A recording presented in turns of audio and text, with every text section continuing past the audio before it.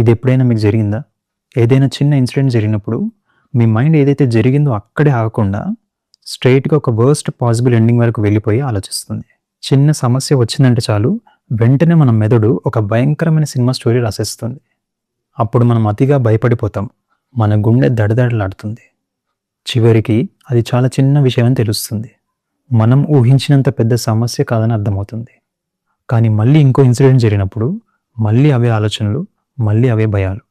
దీన్నే కెటాస్ట్రోఫైజింగ్ అంటారు. ఇదొక మెంటల్ ట్రాప్. ఎందుకు ఇలా జరుగుతుందంటే మెదడు మనల్ని శాంతంగా కాదు, మనల్ని సేఫ్గా ఉంచడానికి రూపొందింది. అందుకే ఏ సమస్య వచ్చినా అది మనల్ని అడుగుతుంది, ఇది తప్పైతే ఏమవుతుంది, మరి అది కూడా తప్పుగా జరిగితే ఏమవుతుంది అని. మనల్ని సేఫ్గా ఉంచడానికి ఇలా జరగచ్చు అనే ఒక పాసిబిలిటీని మన ముందు పెడుతుంది.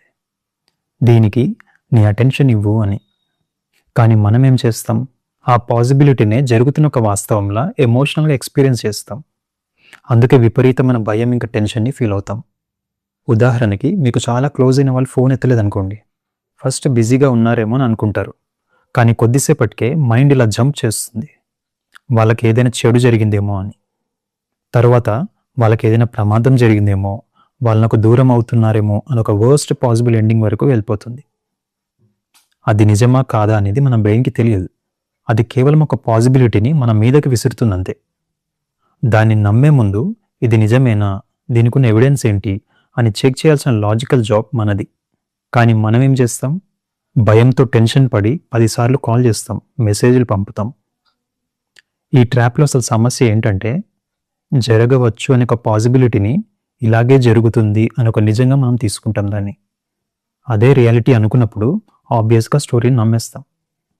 అందుకే నెక్స్ట్ టైం ఇలాంటి ఆలోచన వచ్చినప్పుడు మీరు ఏం చేయాలంటే అలాంటి ఆలోచనతో ఫైట్ చేయొద్దు. దాన్ని ఆపాలని అసలు ప్రయత్నించకండి. సింపుల్గా ఒక ప్రశ్న మిమ్మల్ని మీరు అడగండి, ఇది నిజంగా జరిగిందా లేదా కేవలం నా భయం మాట్లాడుతుందా? ఇందులో నాకు తెలిసిన ఫ్యాక్ట్స్ ఏంటి అని. ఇలా అడిగిన వెంటనే మీ మైండ్ ఫ్యూచర్ నుండి ప్రస్తుతానికి తిరిగి వచ్చేస్తుంది. మనలో కొంచెం అవగాహన, అవేర్నెస్ వచ్చినప్పుడు ఆ భయం మాయమవుతుంది. చాలాసార్లు మన ప్రెజెంట్ మూమెంట్స్ మన మెదడు రాసిన స్టోరీలంత భయంకరంగా, ప్రమాదకరంగా ఉండనే ఉండవు. మనం సర్వైవ్ అవ్వడానికి మన బ్రెయిన్ హెల్ప్ మాత్రమే చేస్తుందని గుర్తుంచుకుంటే చాలు. ఈ ట్రాప్లో పడి సఫర్ అవ్వకుండా ఉంటాం. సింపుల్.